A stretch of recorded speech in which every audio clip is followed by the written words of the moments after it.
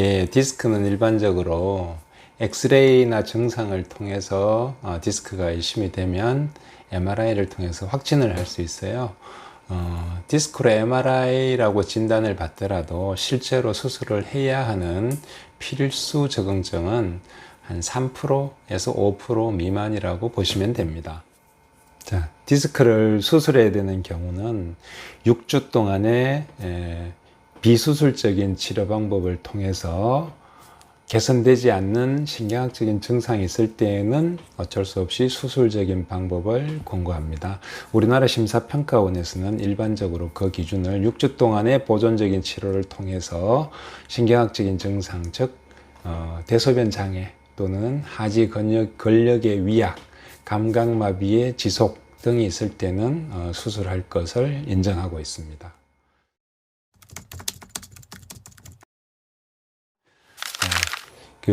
디스크 환자의 치료는 일단 한방과 양방을 가릴 것 없이 일단은 다음과 같은 원칙이 이제 지켜진다고 보시면 됩니다. 일단 증상이 심할 때는 증상을 없애는 게 중요하고, 두 번째로는 이런 디스크가 될 수밖에 없는 어떤 요인들이 생활 중에 많이 있어요. 그러니까 디스크를 생성할 수 있는 어떤 요인, 악화 요인, 이런 것들이 거의 대부분 가지고 있습니다. 그래서 그런 것들을 잘 컨트롤해서 없애주는 게 필요하고, 동시에 디스크는 우리 몸에서 디스크가 통증으로 작용하기 때문에 우리 몸에서는 그것을 외부인자라고 인식을 하고 디스크를 없애려고 하는 시스템, 협소하는 기전이 있어요. 그걸 잘 활성화되도록 만들어주는 게 필요합니다. 주로 면역과 혈류순환에 관한 문제죠. 이 세 가지, 증상을 없앤다, 지속인자를 없앤다, 그 다음에 디스크가 튀어나온 부분을 흡수가 잘 되도록 만든다. 이건 한방과 양방을 가릴 것 없이 공히 디스크 치료의 원칙이 되어야 된다고 생각합니다. 다만 한방 치료에서는 이런 부분을 한의학적인 방법, 그러니까 침, 약침 또는 추나, 한약을 이용해서 한다는 얘기죠. 그러니까 아까 말씀드린 대로 증상을 없애거나 디스크의 퇴축을 돕거나 디스크를 악화시킬 수 있는 인자들을 없애는데 침, 약침, 추나, 한약들을 그때 맞게 적재적소에 사용한다고 보시면 됩니다. 결국은 질병의 치료는 전쟁과 같은데, 전쟁터에서 결국은 전쟁을 잘 수행하기 위해서는 육해공군 뭐 이런 것들이 필요하듯이 침, 약침, 추나, 한약 이런 것들은 그런 것들 뭐 육해공군 중에 하나라고 생각하시면 되고요. 그것들을 어떻게 적재적소에 잘 투입해서 치료를 하느냐 하는 게 이제 의사가 해야 할 일이죠. 악화될 수 있느냐. 가장 큰 악화인자는 한마디로 말하면 디스크는 결국은 체중을 지지하는